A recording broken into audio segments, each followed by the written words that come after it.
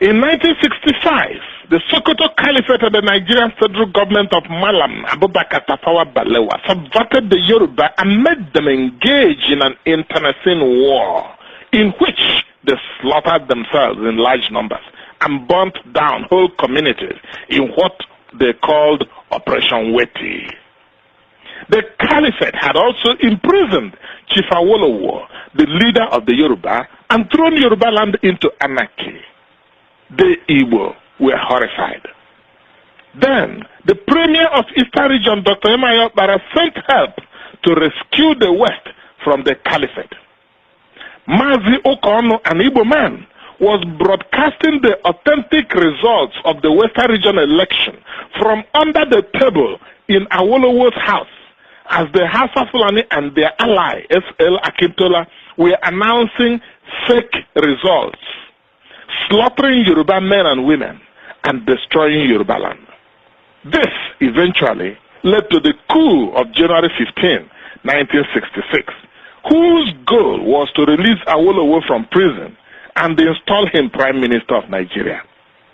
The Yoruba joined the Hausa Fulani in dubbing it an Igbo coup, though Major Adewale Ademoyiga, a full-blooded Yoruba officer, confessed that he was one of the 5 majors who planned and executed the coup, and that their goal was to release Awolowo from Calabar prison and install him as the Prime Minister of Nigeria. Ojukwu released Awolowo from Calabar prison. On getting home, Awolowo declared his support for the Abri Agreement, one of whose clauses was that northern soldiers occupying Western region must return to their homeland in northern Nigeria. Awolowo then issued this famous statement, quote, "If the Eastern region is allowed by acts of omission or commission to secede from or opt out of Nigeria, then the Western region and Lagos must also stay out of the Federation."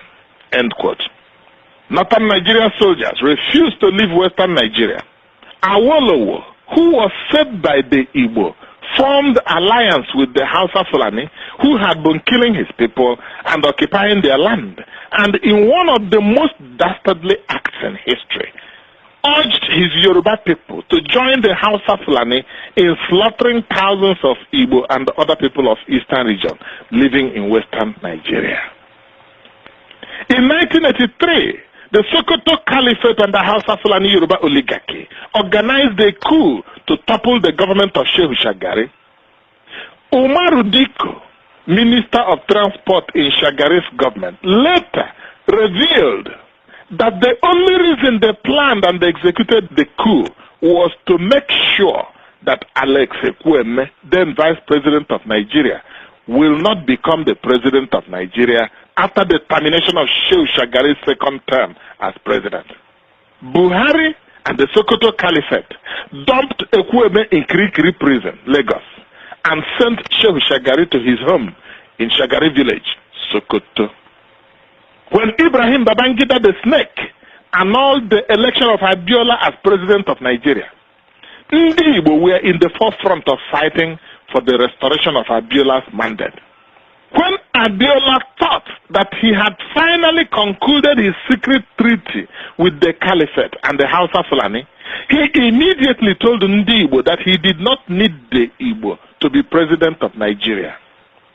The Igbo licked their wounds and shut their mouths. When the Hausa Fulani and other northerners fell on the Igbo and slaughtered 100,000 Igbo and other Easterners living in northern Nigeria between May and October 1966, what did the Yoruba do? They sent Yoruba Obas to tour northern Nigeria and thanked the northern emirs for not killing the Yoruba when they were slaughtering the Igbo and their kin from the eastern region. There are literally scores of examples of bad faith, treachery, and cowardly exploitation of the Igbo and other Easterners by the Hausa Fulani and Yoruba.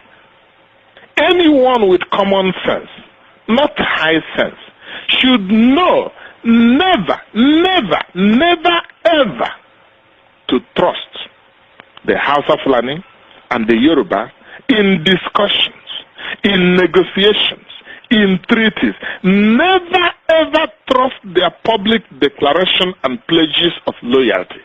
Once the chips are down, they will sell you down the river.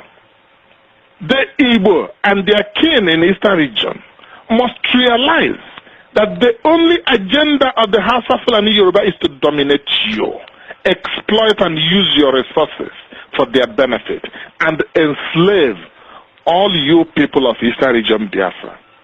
The only survival strategy for the Igbo and their kin in Eastern region is to fight back aggressively, to push back as fiercely as ever against this evil plan.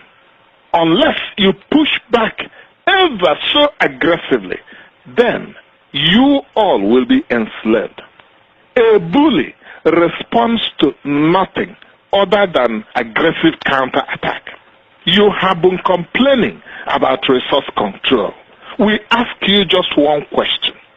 If this oil and gas were to be located in Sokoto, Katsina, Kano, or Meduguri, all of you from Eastern region will be begging for the issuance of visa from Arewa country to travel to Kano, to Jos, to Meduguri, to Katsina, to Bauchi, and even to Makodi.